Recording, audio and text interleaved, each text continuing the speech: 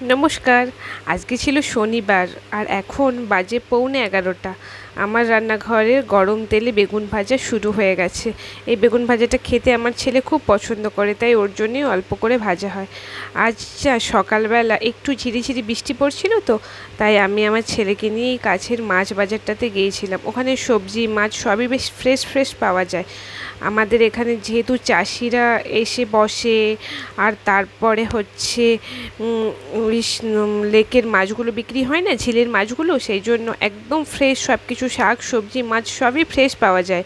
সেই জন্য প্রতিদিন যদি টুক করে একটু বাজারে যাওয়া যায়, একদম টাটকা শাক সবজি মাছ সবটাই পাওয়া যায়। এই জন্যই সকালবেলা দাদানকে নিয়ে গিয়েছিলাম, আর ও তো বাজারে যেতে খুব পছন্দ করে আমার সাথে। এখনও নিজের পছন্দ অপছন্দ সব বলতে শিখেছে। এই তো কথা বলতে বলতে আমার মাছ ভাজাটা প্রায় কমপ্লিট হয়ে গেল। এবার মাছের ঝোলটা বানাবো। এখন বাইরে বৃষ্টি পড়লেও না গরম বেশ ভালোই থাকে, এমন নয় যে বৃষ্টির জন্য খুব ঠান্ডা। তাই খুব অল্প তেলে একদম হালকা পাতলাভাবে মাছের ঝোলটা বানানোর চেষ্টাই করি। রেগুলার মশলা দেওয়া, আর ওই যে টমেটো পেঁয়াজ আদা এই সব কিছু দিয়ে। রসুনের ব্যবহার আমাদের বাড়িতে একদমই হয় না, খুব কম।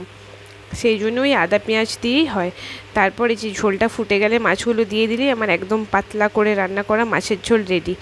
এটা রুই মাছের ঝোল হয়েছিল সেই দিন, আর সবাই করতে পারে, এর আলাদা করে রেসিপি দেওয়ার মতো কিছুই নেই। আমার রুই মাছের ঝোলটা রেডি হয়ে গেল।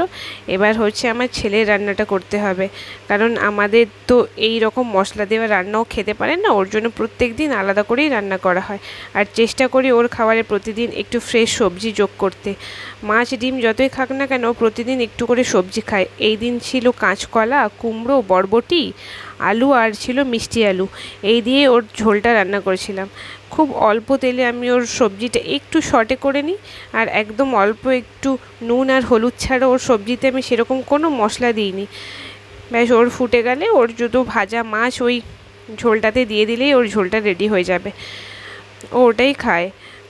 যেহেতু ও এখন খুব একটা বেশি ধরাছোঁয়ার মধ্যে থাকে না, এর কাছে ওর কাছে তার কাছে বাইরের সব কিছুই খেতে শিখে গেছে, সেই জন্য রান্নাটা ওর একদম হালকা পাতলা করে করার চেষ্টা করি আমি, যাতে একটু পেটটা ভালো থাকে আর কি।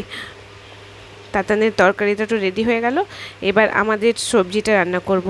আমাদের সবজিতে বেগুন, কুমড়ো, আলু, বরবটি আর হচ্ছে কচু ছিল, দিয়ে সবজিটা খুব ভালো মতোভাবে ভেজে নেওয়া হয়েছিল। এবার ভাজার পর আমি সবজিটা তুলে রেখে দিচ্ছিলাম। তারপর ওই তেলে আমাদের সবজিটা রান্না করব, মানে শাকের চচ্চড়ি করেছিলাম ওই দিন। পেঁয়াজ, টমেটো আর কাঁচা লঙ্কাটা দিয়েছিলাম, আর ওটা রেগুলার মশলা দিয়ে খুব ভালোভাবে কষানোর পর আমি একটু পোস্ত বাটা দিয়েছিলাম। আমি শাক রান্না করলে একটু পোস্ত বাটা দিই, পোস্ত বাটা দিলে শাকটার স্বাদটা খুব সুন্দর হয়। যখন মশলাটা খুব ভালো মতো কষানো হয়ে গিয়েছিল, তখন ওই ভেজে রাখা সবজিগুলো দিয়ে দিয়েছিলাম। শাকের সবজিটা অনেকে ভাজে না, কিন্তু একটু ভেজে নিলে না কাঁচা গন্ধটা থাকে না, ওই জন্য আমি একটু ভেজে নিই। আর তারপর এই যে কুচনো সাদা শাক, এটাকে খসলে শাক বলা হয়। এটা দু রকমের হয়, একটা লাল আর একটা সাদা।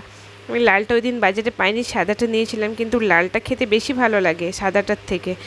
এই সাদা খসলে শাকটা দিয়ে এবার খুব ভালো মতোভাবে একটু মিশিয়ে নিলেই হয়ে যাবে। আর ওই যে আমি মিক্সি ধুয়ে পোস্ত বাটার জলটা দিয়ে দিলাম। তারপর কি আর একটু ভালো করে কষানোর পরে জল ঢেলে দিয়ে, যখন খুব ভালো মতোভাবে জলটা শুকিয়ে যায়, তখন শাক চচ্চড়ি রেডি হয়ে যায়। অনেকে এরকম জল জল রেখে করে, কিন্তু চচ্চড়ি জিনিসটা মানে শাকের জিনিসটা তো একটু শুকনো শুকনো আমাদের বেশি ভালো লাগে।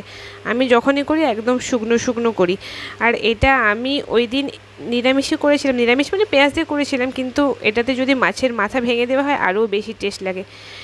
এই তো আমাদের রান্না কমপ্লিট।